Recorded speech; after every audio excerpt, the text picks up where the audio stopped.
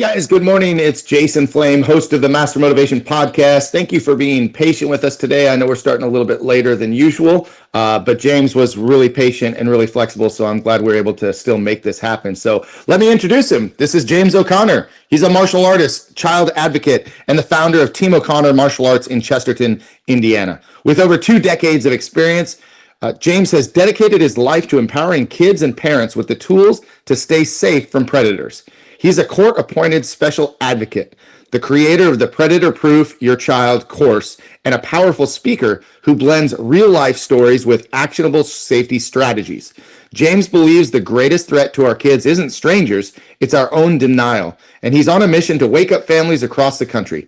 When he's not on the mats or speaking on stage, he's raising 5 kids of his own and fighting every day to make the world a safer place for children. James, thanks for being on the show. Thank you so much for being flexible. Oh, it's my pleasure. Thank you. Hey, this is pretty awesome, man. You know, it's so cool too. I was telling you that I've been following you on social media a little bit and learning more about you, and I know we're going to talk about a lot of this, safety. I was just at the state of the college here in Moorpark, California, and I didn't get to stay to the end. But one of the questions that I wanted to ask was talking about safety of students on campus. And of course, we're talking about college, but it doesn't matter if you're talking about preschool, you're talking about college, you're talking about a public institution where things just happen, man. They just happen. And if you're not paying attention to what's going on, like you said, you're just in denial of what's going on out there. So, man, tell me a little bit more about yourself, something I didn't mention there in the media, and just help us get started. Oh boy, something you didn't mention. Well, at 12 years old, I got involved in the martial arts. It's all I ever wanted to do, and I was lucky enough that's all I've ever done. I've never had a job. You know what I mean? Yeah. So I worked for my instructor, and then I opened my own place. And boy, I feel really blessed. And sometimes people ask me, I don't know, parents see you work your butt off. I still teach all my classes, and which I totally enjoy. And oh, you must be tired. And I just got done with a summer camp this morning. Before that, I had 2 private sessions I did. I did my own jiu-jitsu workouts. I had 3 hours, 2 hours of camp. I'm going to teach tonight. And but it's that old saying, if you're doing what you love, you don't work a day in your life, is so true. So I find I just have endless energy for this. Now, if I had to go to another job, I don't know if I could work 4 hours a day, much less 8. You know what I mean? So yeah. I really think it's important that we get inspired by something in life, and helping children is what it is for me. So, dude, I absolutely love it. I love your energy. I can feel the passion already. I'm in the same boat, man. I started my martial arts school at 19 years old. I started teaching, my mid-teens, 14, 15 years old. I worked a little construction because that's what my dad did. Had a couple little side jobs, but nothing. This is my only career, just like you. And you probably faced this when you were a little bit younger, and you still look like you're a pretty young guy. But a lot of people would ask me, when are you going to get a real job? And I'm like, what do you mean a real job? I get paid to do what I do. I love what I do. I never I have to go to work. As a matter of fact, both of my children, who are now adult children, work at the martial arts school, and I don't like to use the word work. It's I'm not going to work. I'm going to the school. I'm going to train. I'm going to teach. And I just love that we already have that connection right out of the gate, that we love the martial arts. So let's dive in just a little bit deeper on that with the martial arts. You've been teaching martial arts for a couple decades now, but your mission goes far beyond the mat. What moment or experience led you to become such a fierce advocate for child safety? Well, I've taught kids since I helped my instructor about 13, 14 years old. I started just helping him teach kids. I'm 44 now, so it's actually been 3 decades now. I think about it, right? Yeah, wow. Teaching, and but the weird moment came. I remember where I was. I was having a conversation with my wife, and it was a little over a year ago. It was April of 2024. And, I was describing that I actually had a martial arts instructor groom me. And when I looked back on it, I was telling her I was 14 years old, and he really became my buddy. He would come over, spend the night at my house. And I'm looking back on all this, and it's really weird to me that a 20-something-year-old would want to hang out with a teenager, right? Mm-hmm. And it's duh, red flag. And then even my own mom didn't see any red flags, because he liked her, she liked him. It was all this classic grooming behavior. And I'm telling my wife this, and it was a man, and I was telling her about it, And she goes, "Hey, he's a pedophile." And I go, "No, you're misunderstanding. I was 14. I was a man. I don't know if you remember yourself at 14, but especially being in the martial arts, you felt tougher, stronger, and you could spar with men. Like you could beat Right. men up at 14. So you pictured yourself as a man." She's like, "No, like you were 14. Can you imagine a 20-year-old trying to date a 14-year-old, whether it's a guy and girl?" And I go, Yeah. and it like struck me in this weird moment and this was like I was 14, I'm 44 now, or 43 then, and it dawned on me like, man, I was groomed, and then luckily, one night he did try something physical, and I was so glad that like I had the confidence, I spoke up for myself, and that was kind of like the end of it, right? And I thought to myself, I'm like, how many other people don't have that confidence that these things Mm-hmm. happen? Because when you read statistically that 90% of predators prey on somebody that they know, that like them, and they trust them. Okay. Mm-hmm. It's not this like everybody on Facebook is like, oh my gosh, I was at Walmart, I was almost abducted. No, you probably weren't. Statistically, it's going to be someone you know, like, and trust. Whether it's domestic abuse and it's your husband harming you if you're a woman, children, it's somebody they know within the family or a coach. And so I got really amped up in my head about it, how not only unprepared I was, but I felt uneducated. So from that moment, I started seeking out as much education as I could, just in the grossest realm ever. Okay, of Mm-hmm. child predators and child porn and everything in that. I delved into it. I have a detective that's a dad that brings his kid to me. That's all he does. He's a detective for people that get turned in for specifically online Mm-hmm. child things. So the deeper I got into it, I became a CASA, which is just a child advocate in our state, and it's court appointed. It's actually the only you're an officer of the court, and it's the only role that's a volunteer in. So it's not something I'm paid for. I just do it, Mm-hmm. trying to make a difference in people's lives. So I would Yeah. say, like I said, 2024 April, that was the moment when I had that conversation that all of a sudden this all exploded. Yeah. And crazy that that happened after all these years, I know, looking back, right? I know, It's a shame. I have a very good close friend who is also a detective. From time to time, he wouldn't give me all the specifics and details, but he would talk about some of the stuff that he had to face on the job. He's like, man, there's just some of the deepest, darkest, craziest people out there that just do right? things that are unimaginable. Yeah, And I'm like, I'm so grateful. I'm a huge supporter of anybody in law enforcement, any first responders, because they have such a tough job. And then he's got a child that he's got to go home and face, right, and that could be so difficult.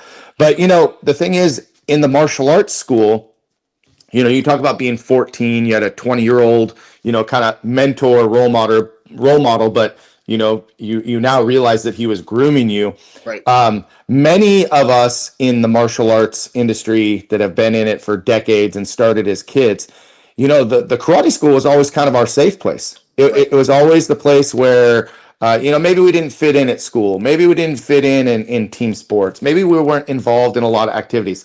Some of the kids that come to us just don't have great, home lives. They don't have a good relationship with mom or dad. So they latch on to that instructor. Right. And it's just very easy to look past it because you're actually feeling loved and taken care of and looked out for. But it's hard to see from the inside Right. out, versus now looking as a 44-year-old, father and husband and man of what was going on in your life. I mean, that's crazy. How does it make you view things with people that interact with your kids? Oh, I've always been very watchful, even before like my knowledge, or yeah, my the depth of my knowledge is so deep now in this area that I actually, when I talk to other law enforcement, I don't educate them, but I'm surprised at how little education they have in this, Mm, how much more I know. So I've always kept a great eye on my kids, and I was able to spot red flags. I think as a martial artist, what we're if you're a great martial arts coach, you're really great at pattern recognition. Okay. mm, And I'm sure you're in this position. If you have somebody try class and say they're 4 or 5 years old, we do this all the time. You'll have a brand new student try class and you'll notice something about their gait, or the one side is far weaker than the other that just shouldn't be. Like, you recognize those things, right? In bad mm-hmm, ways and good ways. So I think mm-hmm. martial arts, especially good coaches, are excellent at pattern recognition. And as soon as you see somebody that doesn't fit the societal norm interacting with your kid, a red flag goes off in our head. Where Mm-hmm. I don't necessarily think everybody else is as aware. You know what I mean? And they Mm-hmm. don't necessarily see that pattern and they think maybe that's normal. But to me, if there's another guy at the park playing with all the kids and playing tag, it's a red flag. I'm a dad. I love my kids. I don't tend to play with a lot of other kids. Okay. Mm-hmm. I have that boundary. Now, if I know them, that might be different. And if you play Sure. with kids at a park, I'm not calling you anything. I'm not saying you're a predator. However, it would be a small red flag, and I would keep my eye on that guy, for example, right? Mm-hmm. So it's all these little things that I know. No one pointed it out to me; it just stuck out. But then when I went to go look after my incident, like last April, I go, okay, who's the lead? Who's on Joe Rogan saying this? Like that was in my head. Who's on Joe Rogan not saying what the problem is, but what's the solution? I remember Dr. Mm-hmm. Phil being on there and talked about this horrible child like trafficking that was going on at the border at the time, and they would have like phone numbers written on them right on their arm, and people would come just pick them up, no ID, no, but like they would just hand these children off. That was our policy, right? Okay, Dr. Phil, that freaks me out. I hate knowing that. What's the solution? He has no solution. I want to be the solution. I'm like so fed up with people having this fear mongering, getting on podcasts and saying everything that's wrong. Give me a solution, right? Yeah. So I saw nobody out there giving the solution, so I just did it. I started writing a book. I come up with courses, and I'm like tired of hearing the problem without a solution. And I mean, gosh, that could apply to so many things in Yeah, society in general, right? Like right. let's stop complaining about the problem. Let's what Yeah, is the solution? Well, you know, you said it, and I just want to put this out into the universe, right? But you haven't been on Joe Rogan's no, I podcast yet, haven't. I right? haven't. So anybody that has a connection that wants to get Joe Rogan on my podcast or get James on his podcast, just putting it out there, just letting you know. I And by have the the way, solution. I literally do though. Like this is the thing. I have the solution to it. And it's not and put them all in a wood chipper. I have a real solution. You know what I mean? yeah. Everyone's like, put them in a wood chipper. Okay, well, it's cute to say on Facebook, but that's not a solution because that can't happen. Right, right. And we'll get to that in just a second because I would love to hear more about the solution. Again, I just want to point out to everybody here watching this live, whether you're watching it on Facebook, you're watching it on LinkedIn, you're watching YouTube, do me a favor, guys. Drop us some comments just to get our message out there a little bit more, but also share this video and go to Master Motivation Podcast on YouTube and subscribe. So, you know, you were talking about recognizing patterns with children. You know, I was thinking while you were saying that, I noticed some patterns with parents that is maybe not predator like, but you can kind of tell sometimes. I mean, I hate to say it, like you got a parent that like where the kid flinches every time they're near them. Like, are they getting hit at home? You know, we pick up all these details as a martial arts. I don't know if it's just because of our self awareness and it's just kind of beat into our head to be kind of aware of what's going on around us, or you know, you're watching a form and you're looking at is their thumb tucked and their fingers tight and their elbow close. I notice little details all the time. I mean, even my kids kind of make fun of me, and my staff is a little bit. They're like, you're a little bit neurotic, and I'm like, because I'll notice like that picture is a little bit lower on the right, or but we're always looking for stuff like this. But as you were talking about children and noticing things with them, you know, we can also notice things with parents. And so let's talk about your course. Predator Proof Your Child has been described as both eye-opening and uncomfortable, which is kind of the point, right? What are some of the biggest misconceptions parents have about predators and child safety? But what I said earlier is we're always so afraid that it's going to be the stranger. Like that stranger danger is outdated. Now, if you're around strangers, of course, you're like just like you'd be aware of them. You're looking for threats, just kind of scanning. But the truth is, it's going to be somebody you know, like, and you probably trust that person because that's how these people work. This is how predators work.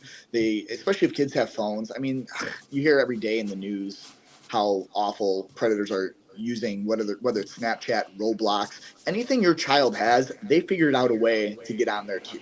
Okay, and it It's reminds me disgusting. of it is. And this documentary called Icarus way back about it was about drug doping and Russians and in the Olympics. But one of the biggest things in like drug doping is the people that are trying to get away with doping and using illegal things. They're always going to be a step ahead of the testers. So whatever test they come out with, they're still going to be ahead of that, right? And it really reminded me the same in this realm. Is like there are some awesome law enforcement detectives out there, but they're all behind. They're a step behind these guys. They're so smart, conniving, and gross that all they think about all day long is how do I reach children. Now, if you're a detective or you're on the other side of it, you take breaks from that. Like you can't think of you can't be offensive in that way. You're only defensive. So parents have this. I just think there's this misconception that you got to watch out for strangers. Please do use that energy wisely, but your real bandwidth is going to be statistically somebody you know, like, and trust. Yeah, and it's scary, right? I mean, you hear about it all the time. You know, the uncle, the stepdad, and that's literally right there. Sometimes in your own home that these things Right. are happening. Right? And the Super frightening super thing scary. is, yes, and the frightening thing to me is like when say a mom's going to pick up my book and read this, Yep. she may have no idea that her husband may be a perpetrator. You know what I mean? And it's like the Mm-hmm. grossest thing I could say and someone could think about, but it's like those cases are like the scariest because, I mean, frankly, if you're that mom, you may want to brush it under the rug or ignore it, Mm-hmm. and because you wouldn't want to believe such a thing could be happening. Right, right. Well, and that kind of talks about this next question. You know, you said that the greatest threat to our kids isn't always strangers; it's our own denial. How does that denial show up in everyday parenting? And what's the cost of ignoring those red flags? I think we've touched on that a little bit already. Sure. But anything to add to that? Well, Dave Grossman. I don't know if you're familiar with him. He's an author, speaker. He has a military background, but he speaks to a lot of law enforcement, even just I would argue a lot of parents.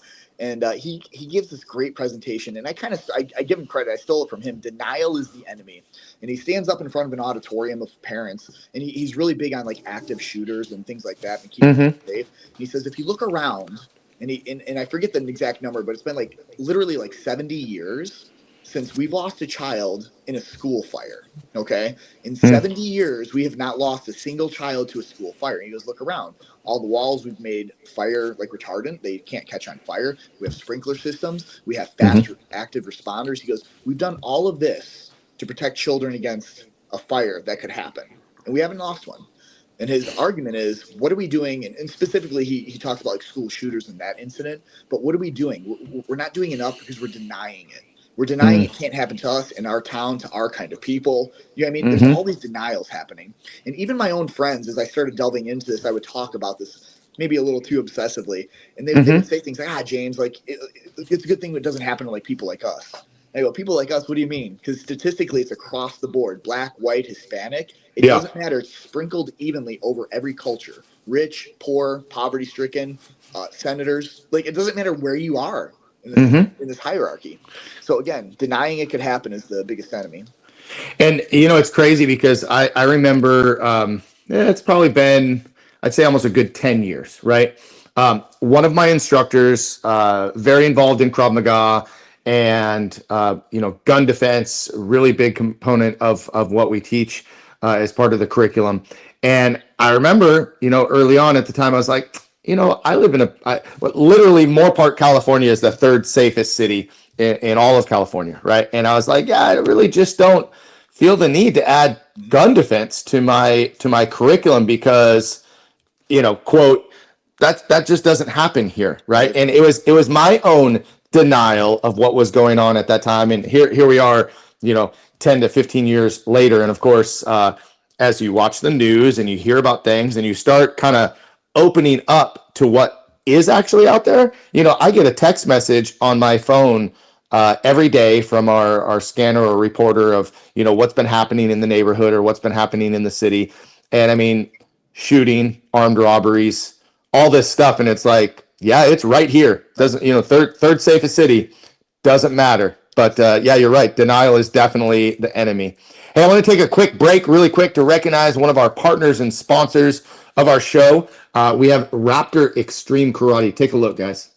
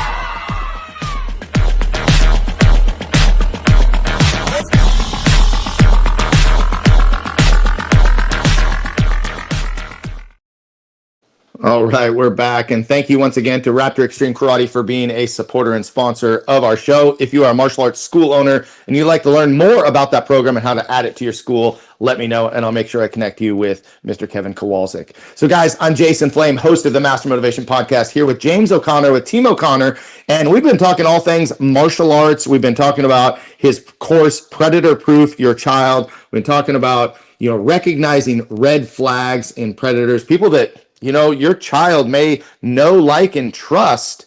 And so we've talked about some of these things so far. So if you missed it, don't be afraid to go back and check it out. But James, let's talk about CASA. Being a court-appointed special advocate, you see the worst case scenarios up close. How has that role changed the way you teach self-defense and safety to families?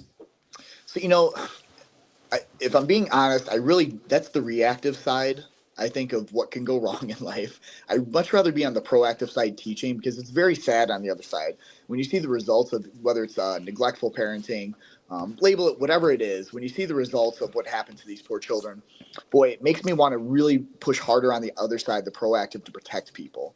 I think that's what although I do love serving in this capacity, and I think it makes a great difference, I really want to put so many more eggs in the opposite side of this to prevent any type of, just bad things. Now, you can't prevent, I'll just say it's bad parenting. You can't prevent that necessarily. I'm not sure how I would intervene in that case. That's somebody else's job. That's another area I don't know much about.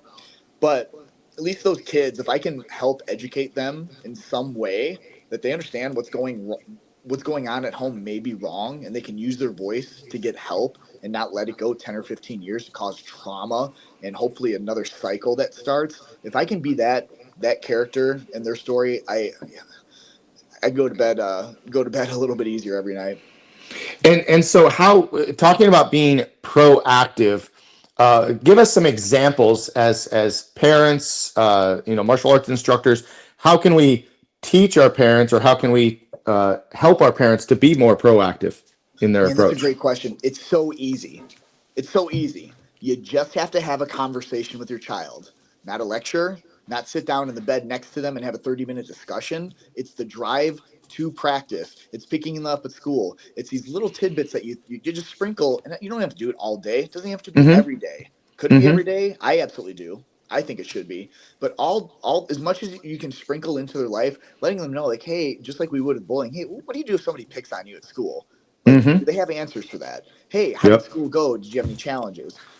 Hey, have you ever felt uncomfortable around any of daddy's friends? That's something I say. What would you do if you felt uncomfortable around one of daddy's friends? What would you do? And if we open that conversation, so they know that they can always come to mom or dad, we're 100% going to be on their side. And that's the sad thing. So many kids that do report meaning they tell somebody, it makes my stomach turn how they were not listened to, even by their own parents. And so many of these predators, they'll have up to 1,500 victims before they're caught. The average predator, by the time they're arrested, has about 300 victims. Okay? Wow.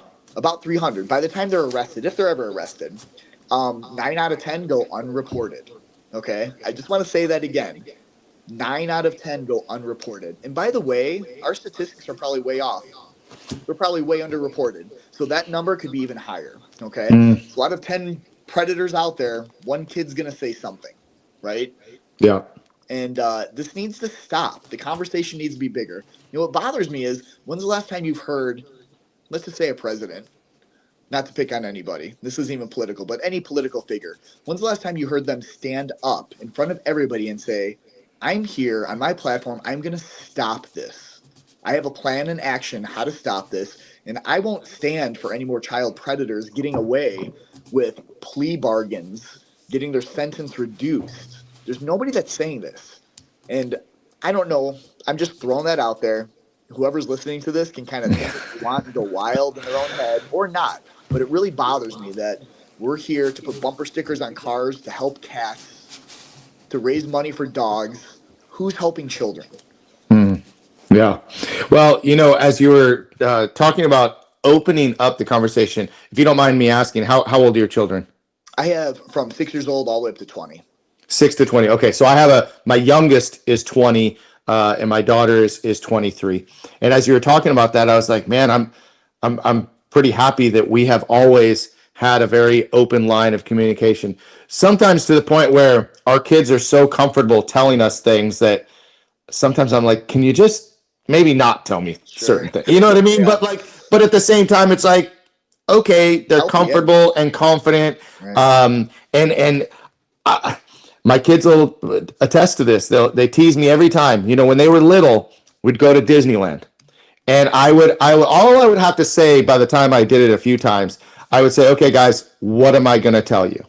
And they would say, Dad, what do we do if we get lost? What do we do if someone grabs us? And it was just always the conversation, you know. And I tell kids, you know, if you can't see me, I can't see you. You know, little things like that. But Right. these were parts of conversation that I have been having with my kids. And I think that this is kind of a built-in thing with martial arts. But sometimes we get so comfortable, and it's like, well, we know what to do. We've got a plan, and then we stop talking about it, and that's where, you know, the holes open up again. Right. But man, it's hard. I look at a lot of things, and I'm like, I'm just so glad that my children are not younger right now, because they're dealing with things that, you know, kids now are dealing with things that my kids didn't have to deal with.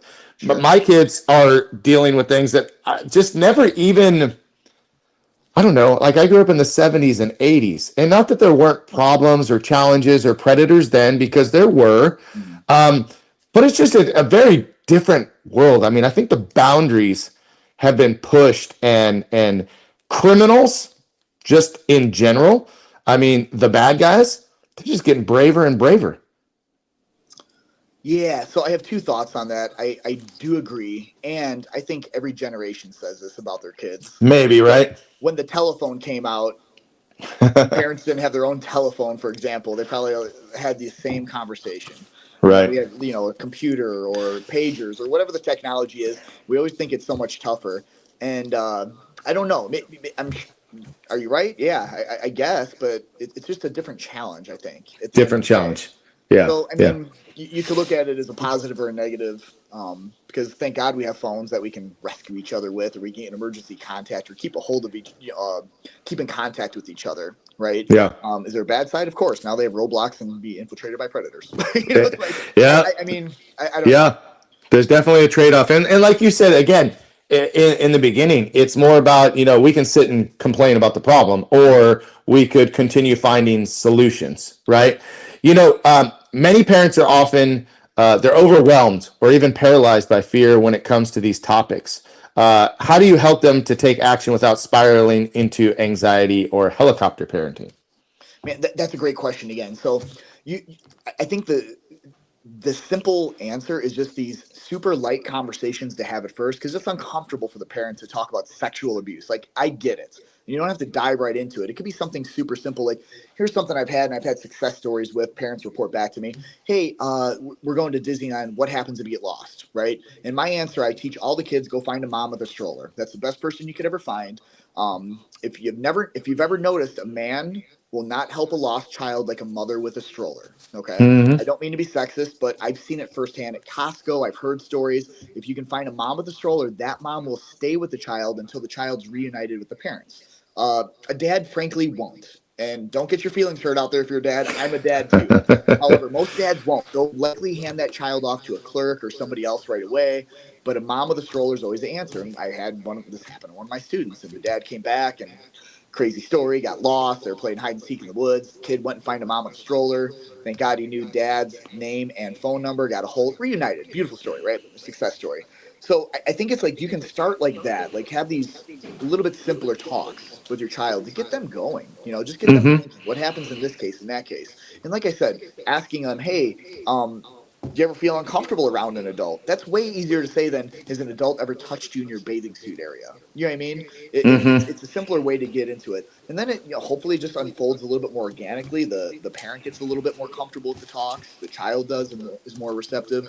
And I think it's the responsibility of anybody that is taking care of kids to also have these talks. So that's something else. If I had a magic wand, I would implement in our school systems, Y care, wherever people are in contact with children.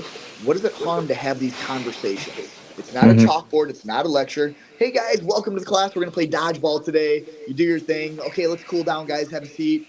Hey, anybody, if you're ever feeling uncomfortable around an adult, that's not healthy. You have permission to say something, and Hmm. that's like, how could that not be more effective? It gets the kid thinking at least. What if it's their dad at home? You know what I mean? Yeah. What do they do now? So to me, that's the absolute, that's a solution, and it costs like nothing. You know what I mean? Right. And how do you combat? And I'm just playing devil's advocate here. Mhm. I think I know your answer, but teachers are often overworked and underpaid and all the things. And I'm not. I'm paid to teach. Mhm. Reading, math, history, and arithmetic. Right. Math. And they're like, well, I don't have time to do that. It's not my job. It's the parent's job. I mean, what do you say to that? Oh, I totally get it. I feel overworked at times too. In that case, if you ever feel overworked and you can't do that, I'm allowing you to take time from something else and take time away from that to give yourself a break. So maybe you don't go so deep into a science lesson. Make the class a little bit lighter that day and have permission to take away that whatever course is giving them a hard time at that moment and make it lighter and have this conversation, because it doesn't have to be done every day. And truth is, if you did it once a week, it won't hurt their school grades by taking a 5 to 10 minute lesson away from their normal mathematics or whatever it could be. Hmm. And this is for some of the martial artists out there, right? Um, we teach martial arts, we teach self defense, we teach fitness, and some martial arts school owners, think taking the time to have a mat chat about a life skill or character education, for that matter, right? Mm-hmm. Why should I do that? Well, because it's for the well-being of the child long term, right? I mean, yes, they came to us to learn self-defense. Yes, they came for exercise or to get focused, but like, hey, why can't we sprinkle in more about confidence and discipline, Right. because that's going to make them a better person. In your case, we're talking about safety. This is going to make a safer person. It's really interesting. I don't know if I shared this with you already or not, but one of our mission statements is that our goal is to build a safer and stronger community through teaching martial arts, and that's kind of our focus, because we put a really big emphasis on self defense. And the thing is that self defense doesn't always have to be just like someone's grabbing you. Right. It's preventing situations. Sometimes self defense is learning how to protect yourself from yourself. Like, how do you feed your body? How do Mm-hmm. you exercise and take care of yourself? There's so much more to that, instead of what we think or what we've always done is part of our I agree. job description, if you will, right? Yeah, if, So, if, if you're another school owner, maybe this is anecdotal, but I've never been complimented from a parent saying, "Hey, Johnny used that sidekick at school to protect himself. Thank you so much." I never have. You know what I have been complimented? Message, had a rave review, repost on Facebook. Hey, James, that talk you had at the end of class, it was not only amazing, we talked about it at home, and my kids started cleaning their room. Those are the things I always get complimented on. It's never been, wow, my kid can really use their hips when they punch now. Like, no parent ever recognizes or says that. They right. recognize the actual transformation of martial arts. And I've never been in a fight, man. 44 years old. I love the martial arts. Never been in one. But you know what I use every day? These freaking life skills to change my Uh life, huh. you know? That's right. So, Yeah, for sure. Well, so let's get into this, and we're leading right there. Martial arts is often seen as a physical training, but you said it's much more about mindset. How do you train kids to develop the awareness and inner strength to speak up or say no? yeah, so the real simple thing is I talk about choice, voice, and boundaries is like my kind of three pillars of creating a predator proof child. So first, I think getting their mindset to understand. I don't know if you were ever sat down as a child, because I wasn't. Okay, and someone actually said to me, "Hey, you deserve to feel safe. You deserve to not feel uncomfortable around people." Now, I'm not saying like uncomfortable meaning we don't get sweaty and work hard and are uncomfortable, but I mean, if somebody's making you feel truly uncomfortable, and it could be with words, it could be obviously with touch, you don't deserve that. And that's when we're going to start speaking up, right? So you have the choice to feel safe and teach them to use their voice, to give them scripts at first because they're not going to know what to say. Maybe they have to address it with an adult. How scary is that if you're 5 and you have to tell an adult not to touch me?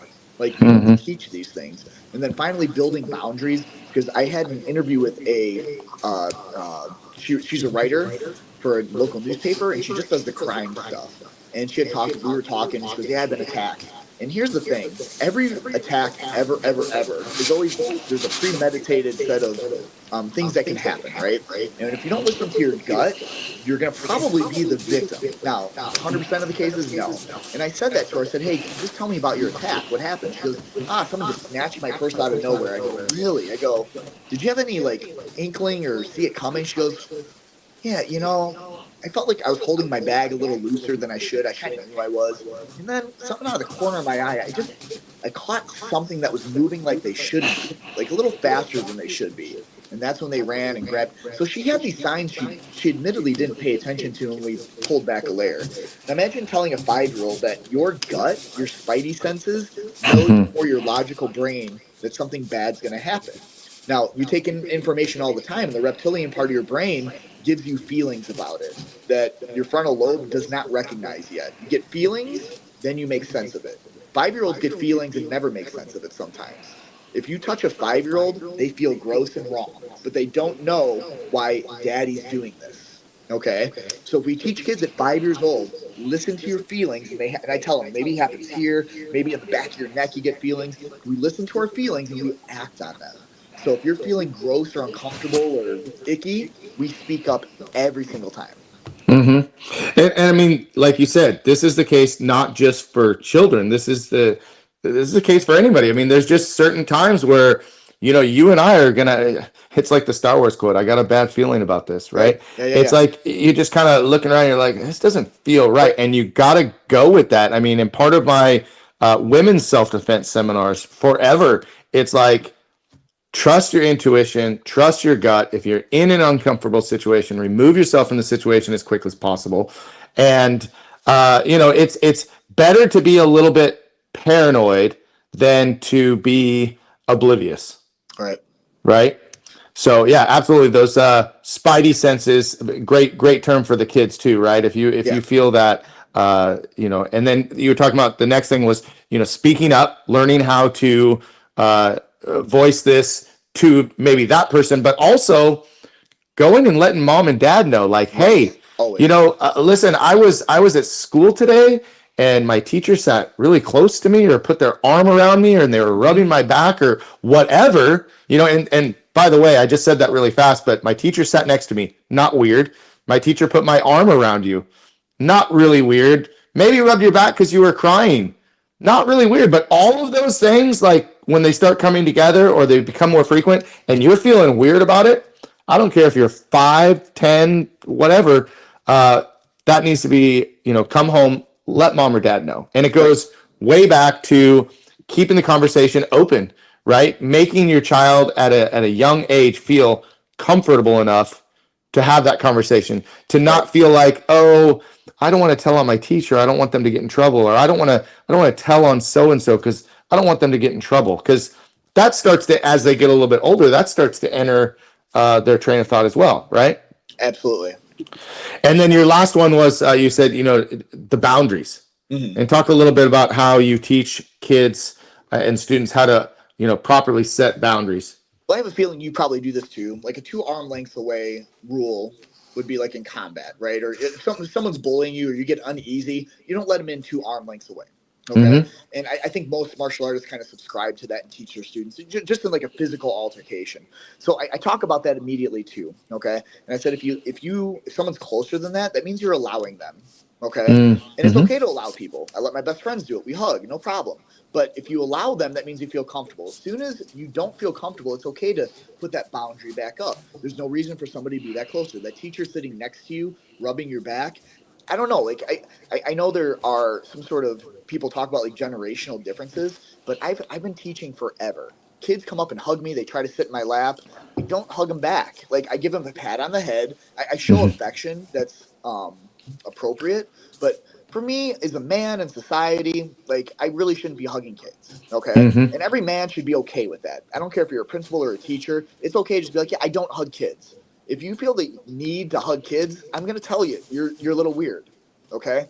Because our societal norm of that is it's a little creepy when you look at the predator's behavior. It's exactly that. Are you going to be a 44-year-old male, go to bed okay without hugging kids? Yeah, you are. If it's going to bother you that much, I'm going to challenge you on that. Okay. Hmm. Now, this isn't like a toxic masculinity thing, but I don't agree with that. And then some older generations they really disagree with me and say it's harmless. I said, okay, if it's harmless, just stop it. Stop it anyways, because it's perceived as harmful by some people. And I'm not paranoid. I'm prepared. If you're hugging my kid and you're a 44-year-old guy, I better know you and we better be family friends. And you know what I mean? And it's just not appropriate. Hmm. Well, I've always kind of subscribed to the kind of the one arm side hug, right? Like I Oh yeah, have yeah, yeah, yeah. kids run in all the time to give me a hug, and it's like even as a professional, it's it would be awkward, especially a man and a woman, at least in my opinion, to give a full Right, embrace, right, hug. You just don't really do that unless you're super close, great friends, maybe family too, of course. Um, but man, I see it in martial arts schools all the time because one thing that we try to encourage in our martial arts school is family and right. community and being close with our students. But when I see adult male instructors fully embracing teenage girls, Ah, yeah. it just, I don't know, and maybe that's just me from my lens and my view, but it just strikes me as it's a little bit awkward. It's a And little look, bit more than it I needs to agree. be. I'm an emotional being. I mean, we just did a black belt test this past weekend. I've spent, from 4 to 8 years with some of these kids. You know what I mean? Did I hug them after they received their black belt? I did. I kind of gave them an embrace, a two-arm hug in front of all the parents, not Sure. alone, not isolated. It was a Right. celebration moment. Okay. Now, when someone comes up to me, like I said, a little guy wraps both his little arms. He's 4 years old. I pat him on the head or give him a little pat on the back. I don't Yeah. embrace him. That's not my role. Does someone ever Right. fall down, cry, and I feel bad, and I really genuinely care about them? 100%. And wanting to embrace them in that moment may feel natural for some people. I'm not going to judge you on it, but still don't. I But think we're that, it's like, don't.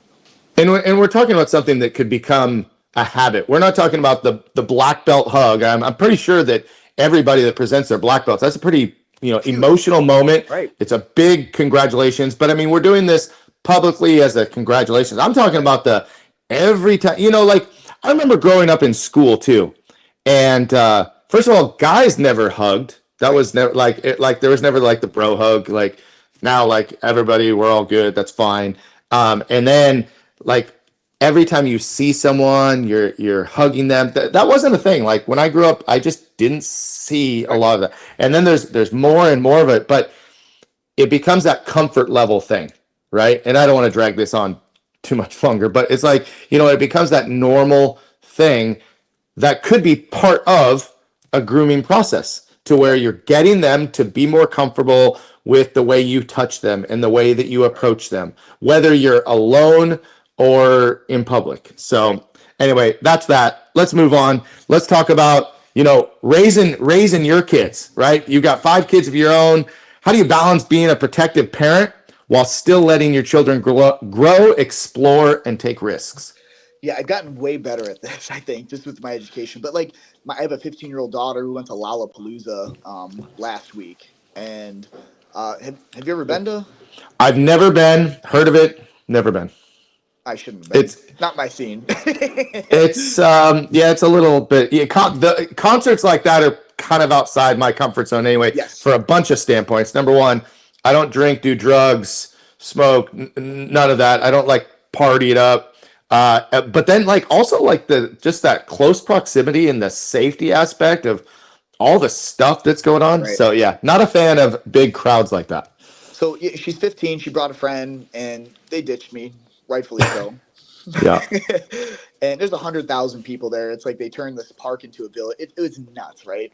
And Hmm. in my head, I'm like, I'm the child, I'm trying to predator proof your children, and here I am letting my 15-year-old daughter be with her friends out and about, right? Right. And the truth is, like, statistically, she'll be fine. Statistically, we'll all be fine. Okay, statistically, but what you're doing is you're preparing them, right? So I gave her the right tools. We have meeting spots. If something went wrong, something got crazy, we knew exactly where to meet. She had a phone. I had a phone. I've given her all the tools. So at that age, like, I'm not a helicopter parent. And Jordan Peterson had a quote that is sometimes misunderstood, but do you want a child that's strong or do you want a child that's safe? Now, it's very simplistic. However, if you give them the tools to be safe, they're not going to need you to helicopter them, ideally. Now, if they're 3 years old, of course it's different. So I don't want people to mistake what I'm saying. So at 15, I let her, her and a friend, I didn't see her from noon until 11 o'clock at night. You know what I mean? And she was with 100,000 other people.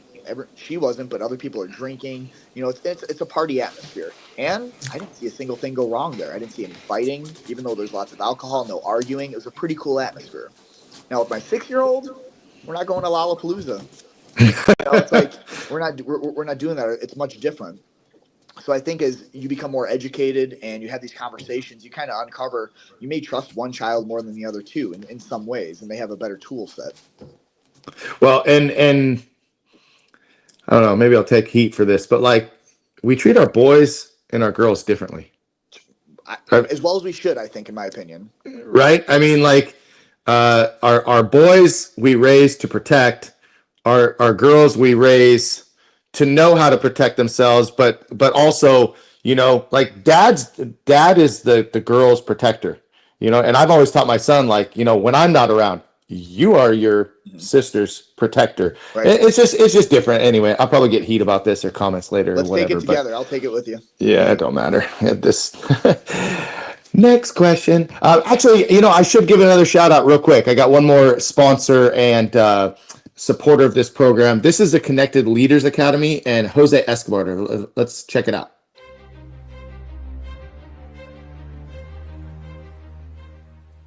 Hi, my name is Jose Escobar, and I'm the founder and CEO of the Connected Leaders Academy. We're a growing tribe, a community of entrepreneurs all over the world, globally, all across the country, high performers, titans of industry. If you're an entrepreneur and you're looking to grow personally and professionally, scale your influence, develop your skill sets, move the needle in your business, more clients, more money, more profit, the bottom line, and of course, grow your circle and your network like never before, this is where you want to be. Join the Connected Leaders Academy today. We are scaling massively. We want to welcome you in. Check me out on Instagram and on Facebook, the @ JAESCO25. We look forward to having you join us. Take care.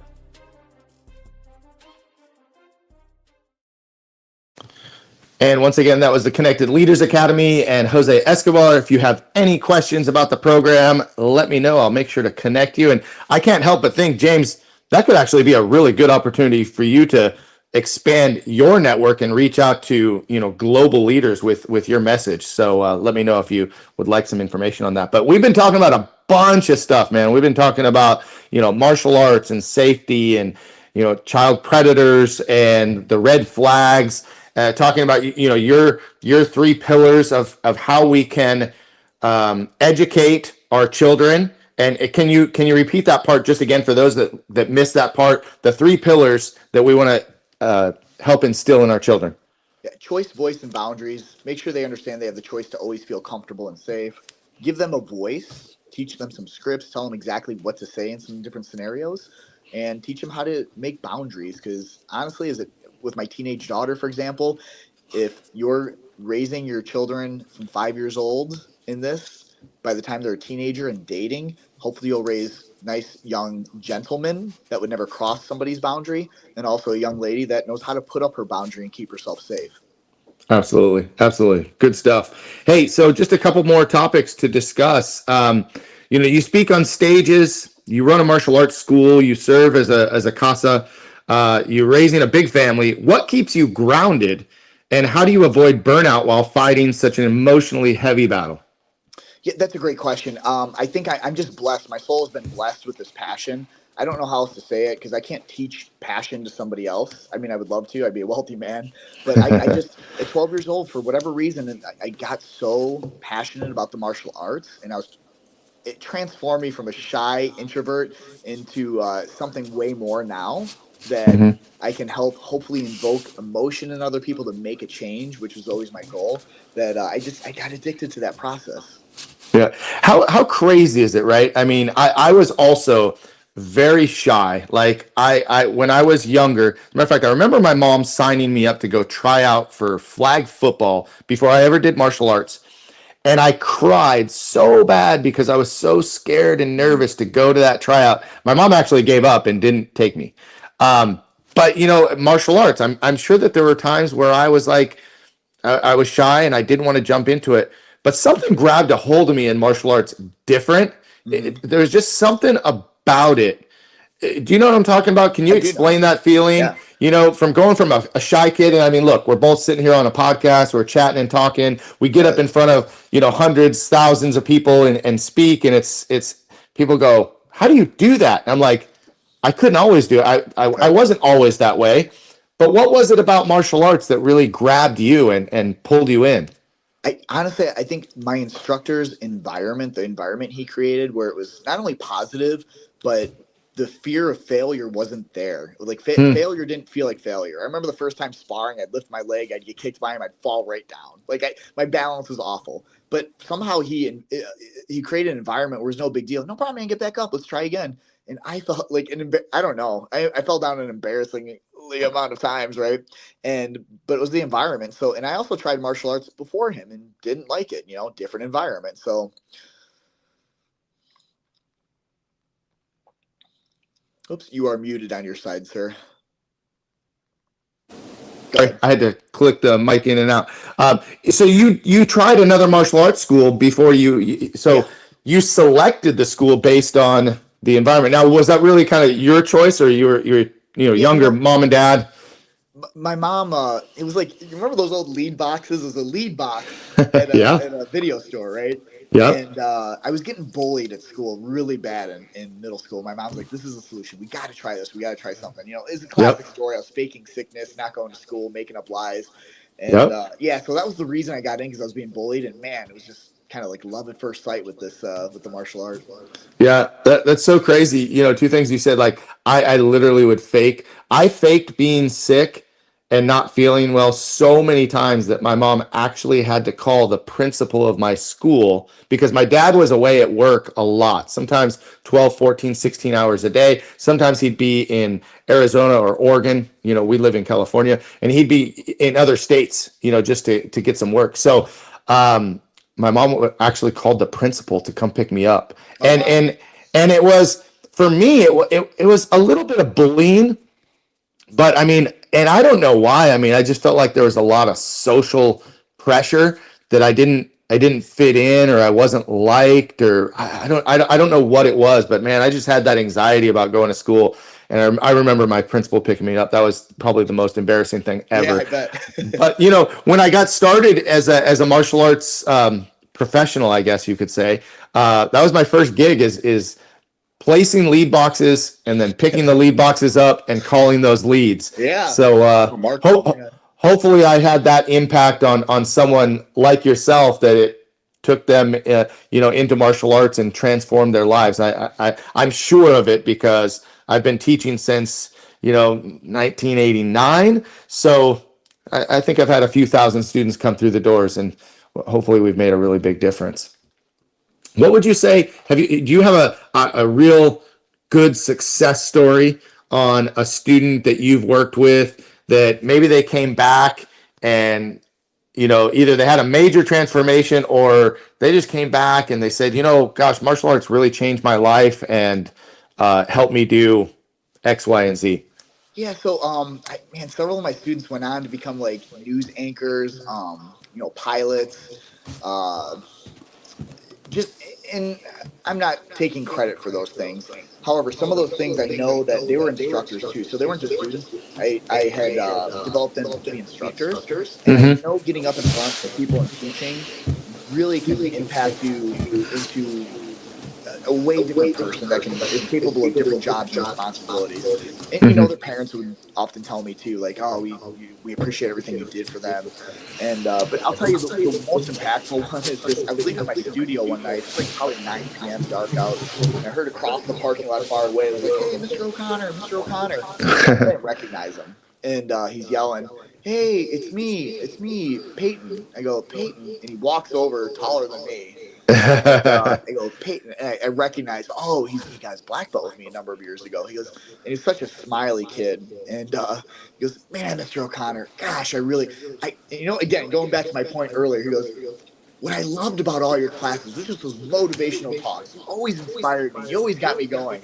And the thought that he was in college, you know what I mean? And I think he maybe before high school he quit for various other activities. That he still remembered me and gave me credit. Again, it wasn't the sidekick; it was the stories that Matt Chesterton connected with. That makes me smile the most, I think, of anybody. Yeah, for sure. And I'm sure you've had hundreds or thousands more students that, you see at the grocery store.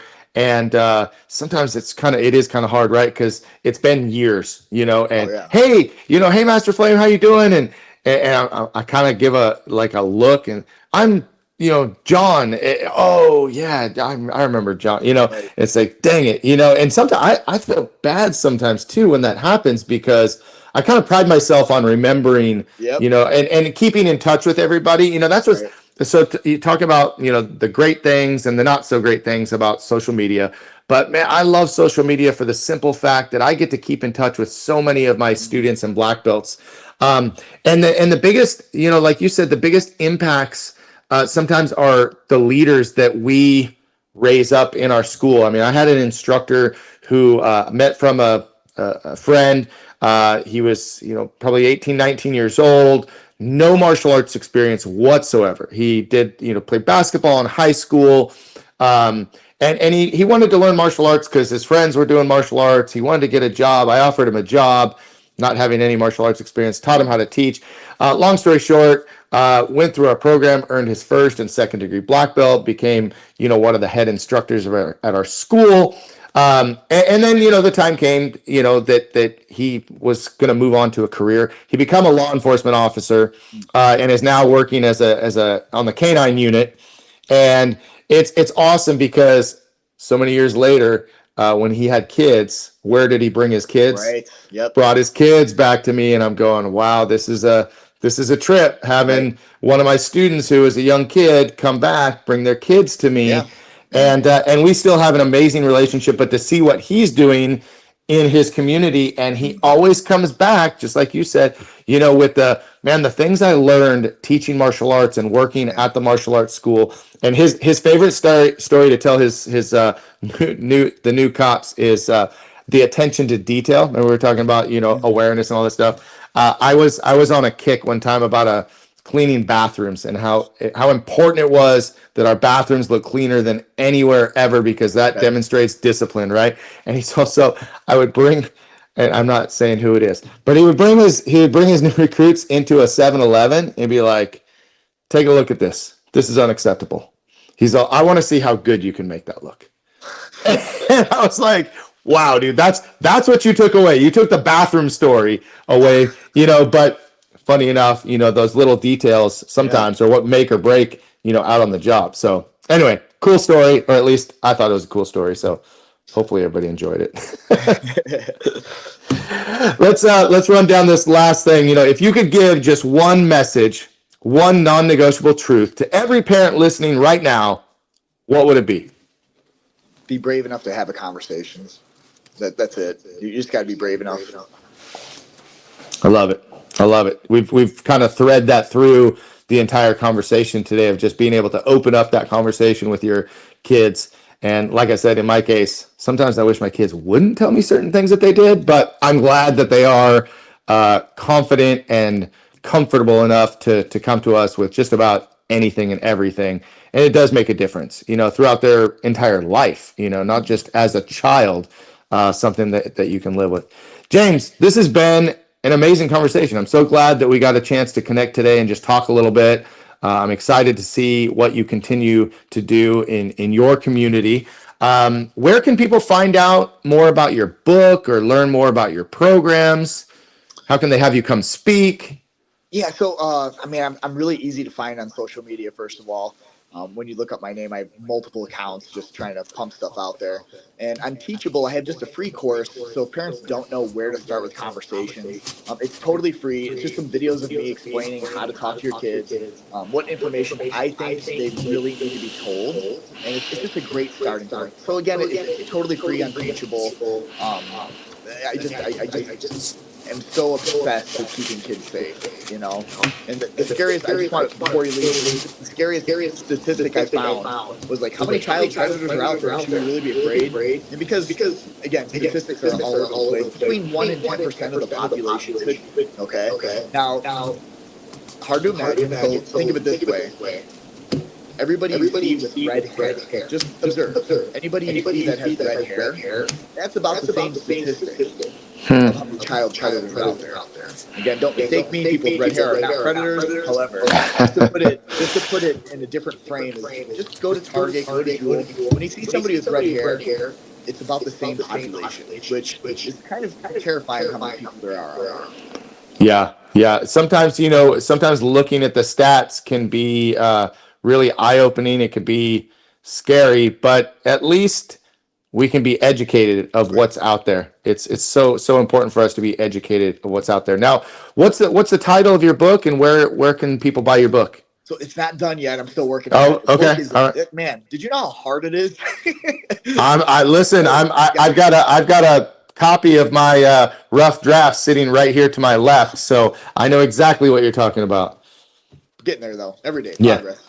All right, cool. Well, let us know when it's out. We'll have you back on the show. We'll pump it out there a little bit more. Well, guys, thank you for watching Master Motivation Podcast today with James O'Connor. If you have any questions for him, you can just drop some comments on this video on any platform that you find it, and I'll make sure that we get you in contact with him. Also, one more time, please do us a favor. This is a passion project of mine that I just love sharing other people's stories. Please subscribe to Master Motivation Podcast on YouTube. And next week on Wednesday, my wife and I have started a show. It's called Keep the Flame Alive, where we talk about love and marriage and life.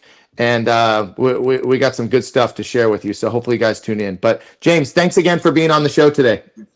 Appreciate you. All right, man. Take care. Guys, we'll see you next time. Make it a good day. See ya.